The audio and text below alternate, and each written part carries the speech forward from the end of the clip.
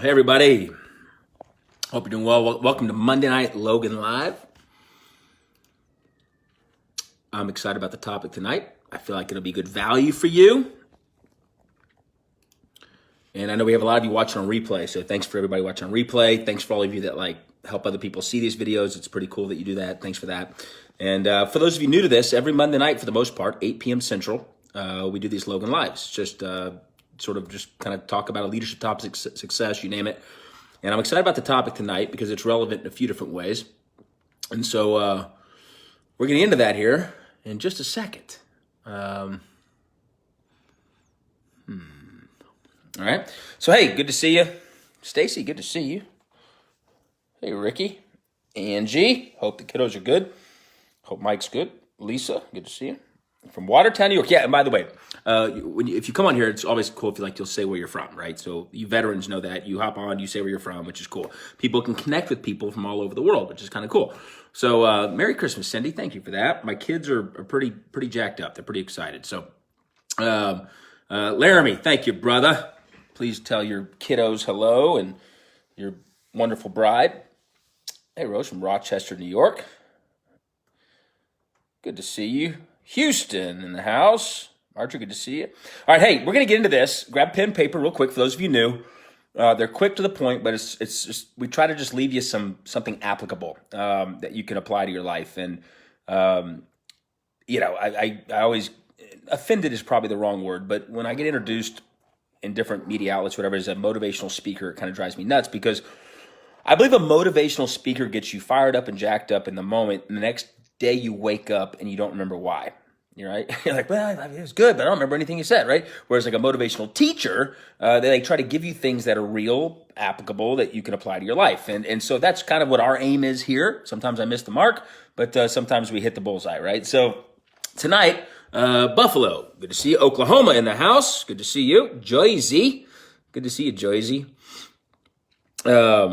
South Carolina, Michelle, good to see you. Scott Prickett, good to see you. Torrey Hunter's waiting on the golf match, buddy. That ball's in your court. Pennsylvania. Okay, hey, let's get into this. Pen and paper really quick. We are in the season of presents. We are. I think if those of you watching on the replay, some of you will watch this a year from now. I get that. But right now, it's Christmas Eve. And so, people are stressing out of their mind and buying presents and stuff like that. I love this time of year personally, but what happens a lot of times this time of year, and quite frankly, almost every day of the year, is we're not present. And so the leadership topic tonight we're going to talk about is being present. What does it mean to be present? Not presents like people are going to get, but what does it mean to be present? What is psychology? What do clinical studies show and prove about being present? And so we're going to talk about this because I think so many times we have defining moments in our lives that we miss because we're not present, especially now with, again, I'm a fan of social media. I think the key is use social media. Don't be used by social media, right? So we're gonna get into this, and we're gonna talk about there's three different realms of being present, really, that can sort of define your day, define your week, your month, your year, your life, right? So the first one is obviously physical presence, physically being there, right? A leadership has to show the way and go the way so others can know the way. And I think it's important that, if you're a parent or if you're in the workforce or you're an athlete or whatever it is, I know we have people that watch this from all different walks of life. And I want to make this clear. These Logan Lives are open for everybody, so feel free to share with everybody. These are not geared towards one of my companies that I own or anything like that. So we have folks from all different companies, all different athletic teams that tune into these, which is very humbling. I appreciate that. But physical, like your physical presence is important, right? I'm going to give you an example. Let's say Christmas morning shows up and I'm not physically in the room, right? Like my heart may be there. Emotionally, I may be there, but if I'm not physically there, it's not the same thing. I'll give you another example. In sports, I coach. I love to coach baseball and coach kids. And let's say you're in the bottom of the ninth, last inning, okay? Tie game, right? What do you think is going to be more impactful? Somebody coming out of the stands go, hey, Coach Stout has something he wants to say, and popping a video message up, right? You think that's going to be, imagine the team gathered around a video message from me. Hey guys, let's do this. Versus me being in the huddle, looking them in the eyes and saying, guys, we got this. You got this. Let's do this, right? Like, what do you think's gonna be more powerful? Me being physically present. And so I think it's really important as a spouse, as a boyfriend, girlfriend, as a leader, as a dad, as a mom, whatever it is your roles are in life, whatever hats you wear, I think it's important to understand that physically being present is critical. It's absolutely critical. When you show the way, go the way, that helps other people know the way, right? And I just hope you'll let that really set in. Don't underestimate how powerful it is for you physically being there. I walked into the office today at ID Life, one of the companies I have, but I walked in and people came, hey, Merry Christmas, good to see you. We didn't think you'd be in today. And I was like, well, why did you think I wouldn't be in today? And they're like, well, I don't know. It's, day before Christmas Eve, we just figured. I said, of course I'm here. I said, every day I'm in town, I'm going to be here, right? When I land, I'll be speaking somewhere. When I land, if it's at all physically possible to be present, I land and I go to the office. I want them to know that, like, I'm like, listen, you're here. I value that. I'm going to be here. I value that as much as I can. Now, obviously, well, not obviously maybe, but for my skill set in life, me sitting behind a desk, that's not the highest and best use of my time. There's other things I need to be doing that can help drive business forward. But my point is this. Don't underestimate the importance of being present. My kids' games, we had a Christmas party an hour away from my kids' basketball game this past Friday night. And I told all the employees, I said, hey guys, listen, I hate to do this, but I'm not going to arrive till about 7:15. My kids have a basketball, or this was Saturday, 2 days ago. My kids have a basketball game at 5 p.m. and I'm going to be there. I'm going to be present. And then when the game's over, I'm going to bolt an hour north. I'll be there. I'll meet you guys. So I'm sorry, but that's a non-negotiable. I'm going to be at my kid's game, right? And boy, those kids, little Miles, hope he can't hear me. Little Miles, man, he'll look, whenever he does something, he'll look over and I'll give him the thumbs up. He'll like do a little undercover flash, like thumbs up, like that. Like, because you guys got to be cool. You can't let his teammates see him doing it. But, and so my point is, listen, I've landed on this being physically present long enough. Let's move on to the next one, okay? Hey, Brian, good to see you from Seattle, brother. Enjoyed being up in Seattle last week. For all of you that came out to California, Seattle, and Phoenix stops last week, thanks for coming out. It meant a lot. All right, the next area in which we need to be present is mentally present. Just because you're physically sitting in the chair doesn't mean you're mentally there. All right, I'm going to repeat that. Just because you're physically sitting in the chair doesn't mean you're mentally there. I walked by the office the other day. I was just kind of, I kind of roam around. I saw this person on Snapchat, right? I'm not paying you to be on Snapchat. And I don't mean that to be disrespectful or derogatory. I'm just saying, like, if you really value what you're doing and you're not going to be on Snapchat in the middle of a workplace. At lunch, do what you want to do, right? And so anyway, it was just interesting because they were physically there, but they weren't mentally there. And so my question to you is this. How are you using all the gifts that you have, the mental gifts that you have to be not only physically present, but mentally present in the moment? Remember, you have to work for the job you want one day by performing in the job you have today. Work for the salary and income you want one day by delivering with the position you're in today. You hear me? Like, you can't tell me you want to make $1 million a year, but you're not delivering at 100 grand a year. You're mentally checked out. You're physically there when you have to be. Don't expect to have some increase in your life when you're sucking the life out of what the gift you have. Right now, you have a job, you have an opportunity, and you're not even mentally present. You're not even physically.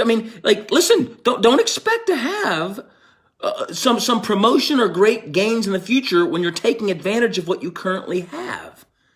And this is a very important point here. I want to make sure you understand that. Listen, I always tell everybody, hey, whatever role you're in, perform at the level of the role you hope to be in the end. Whatever role you're in, perform at the level of the role you hope to be in the end. That's who gets promoted. The people that over-deliver. The people that absolutely blow people's mind. Those are the people that get the promotions. Those are the people that get the raises. And I want to encourage you with that. Listen, you got to be mentally present, mentally locked in, okay? Because the world is full of distractions. In fact, my wife and I, we were at a Bruno Mars concert. I love Bruno Mars. I just think he's arguably one of the most talented human beings in the world ever, quite frankly. And so we go into, I surprised my wife for Bruno Mars. We fly to Vegas. He's performing there. And we're going in through security to get into the concert, and they're confiscating our cell phones, right? They're literally taking our phones. Now, granted, they put them in like a little plastic bag that you took in, but it was sealed. You couldn't open this thing. Like, there was no way of getting into this thing to get to your phone. And then when you left, they did some, I don't know what they did, some deal to let you have your phone back, right? And I remember sitting in the chair. I looked at my wife. I said, honey, this just feels so liberating. Like, not being on our phone. Like, look how beautiful this room is. Like, like, you start observing things that you sort of just take for granted, Look at the stage. Wow, look at the setup. So then Bruno comes out. And for those of you who don't know who Bruno Mars is, I'm sorry. I don't know where you've been living or what's going on with you, but like, you need to be plugged in here. This guy's like amazing. So Bruno comes out in his opening song, and I'm going to embarrass myself, and this is going to live on social media forever, but I don't care. He gets on there and he starts singing this song that no one in the audience has ever heard of. And in the opening line was something like, I stole your phone. Like, he starts going into this deal about stealing your phone, right? And the whole lyrics, it's just, I'm going to shut up now before I embarrass myself. But the point is, the whole song was about like, get over it and be present. That was the whole purpose of this opening song. And then he went to his actual concert. And it was hilarious because like, you had these tens of thousands of people sitting here going, you know what, this dude's right. Like, you pay money to come to a concert, get off your stupid phone. You know what I mean? Like, enjoy the concert. What he was really saying was be present. Be present.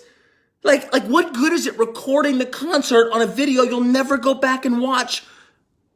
That's what most people do. They take pictures and video stuff that they never even go back and look at. And they miss the entire thing they paid to be at. I mean, for some of you, you're celebrating, Hanukkah, Christmas, whatever it is. You're going to be around family, friends for the first time. Put your phone down. Put your phone down, right? Like, just be in the moment. Be present. Physically, obviously you're there. Mentally, and then the third way that we all have to lock in here, if we really want to be better, the third way of being present is emotionally. Emotionally. Lead with your heart. Be there with your heart. Get to know what's going on with your family over the holidays, right? Hear their stories. Listen to what's going on. Really, truly listen. I think so many of us, we may be there physically, and we may even be there mentally, but our hearts aren't there. Our hearts are somewhere else.